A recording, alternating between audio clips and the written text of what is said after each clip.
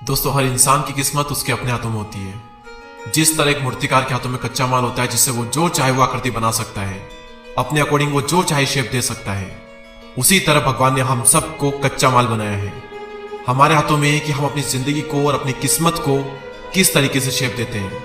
हमारे हाथों में होता है कि हम अपनी जिंदगी को कितनी अच्छी बनाएंगे। एक जगह पर एक कमाल की बात लिखी थी कि ईश्वर कभी भी बेकार सामान नहीं बनाता। हम सब एक मूर्तिकार है, खुद को जैसा चाहे वैसा बना सकते हैं। हमारी बॉडी और हमारा माइंड कच्चा माल है जो कि भगवान ने हमें दिया है, और इस कच्चे माल से हम जो चाहे वो बना सकते हैं, जो चाहे वो कर सकते हैं। हम इस दुनिया में आए और इसका सही से यूज ही नहीं किया तो फिर क्या किया? कैसे यूज करोगे आप अपने माइंड के हाईएस्ट पोटेंशियल को? कैसे अपने डरों और अपने बहानों से ऊपर उठ पाओगे? कहां से आएगी इनफाइनाइट एनर्जी कुछ करने की?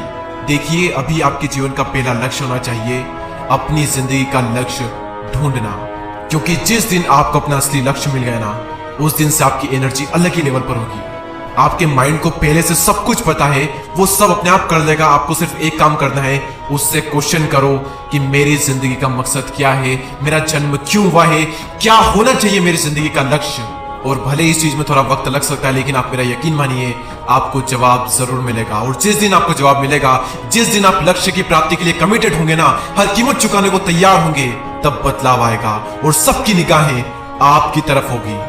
दोस्तों, क्या हम सिर्फ इसलिए जन्मे कि सुबह उठे, हमें पता ही नहीं कि हम क्या कर रहे हैं, क्यों कर रहे हैं, कहां जा रहे हैं, कुछ भी पता ही नहीं है। खाना पीना, सोना, उठना, फोन चलाना, चिंता करना, टाइम वेस्ट करना और दिन खत्म।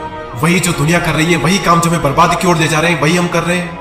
दोस्तों, हम सब इंसान हैं और वेदों में लिखा है कि भगवान भी तरसते हैं इंसान बनने के लिए, क्योंकि पूरे ब्रह्मांड में और दुनिया में हमारा राज है, हम सबसे ऊपर हैं। जानवरों में बल तो है लेकिन बुद्धि नहीं है, और उसी बुद्धि के बल पर हम सब पर राज कर रहे हैं। लेकिन बुद्धि होने के बावजूद भी आज इंसान जानवरों से भी नीचे गिर रहे हैं। हम पैदा हुए और अपने हाईएस्ट पोटेंशियल तक नहीं पहुंच पाए, अपनी क्षमता के करीब भी नहीं जा पाए, तो हमारा जन्म लेना कभी सफल नहीं। हमेशा याद रखिएगा कि यदि वाकई में आप अपनी मुसीबतों को सिर्फ मुसीबतें मानते हैं तो आपके जीवन से कभी भी मुसीबतें खत्म नहीं होंगी। लेकिन यदि आप उन मुसीबतों को एक संभावना मानते हैं, एक अपॉर्चुनिटी मानते हैं, तो वो मुसीबतें उसी वक्त खत्म हो जाती है, क्योंकि आपके अंदर उनसे लड़ने की हिम्मत आ जाती है और आप कुछ भी हो उनसे लड़ जाते। क्या आप उस वाक्य के बारे में जानते हैं जिसे यदि आप सुख में पड़ेंगे तो दुखी हो जाएंगे, और यदि दुख में पड़ेंगे तो सुखी हो जाएंगे? उस वाक्य को कहते हैं कि ये वक्त भी गुजर जाएगा।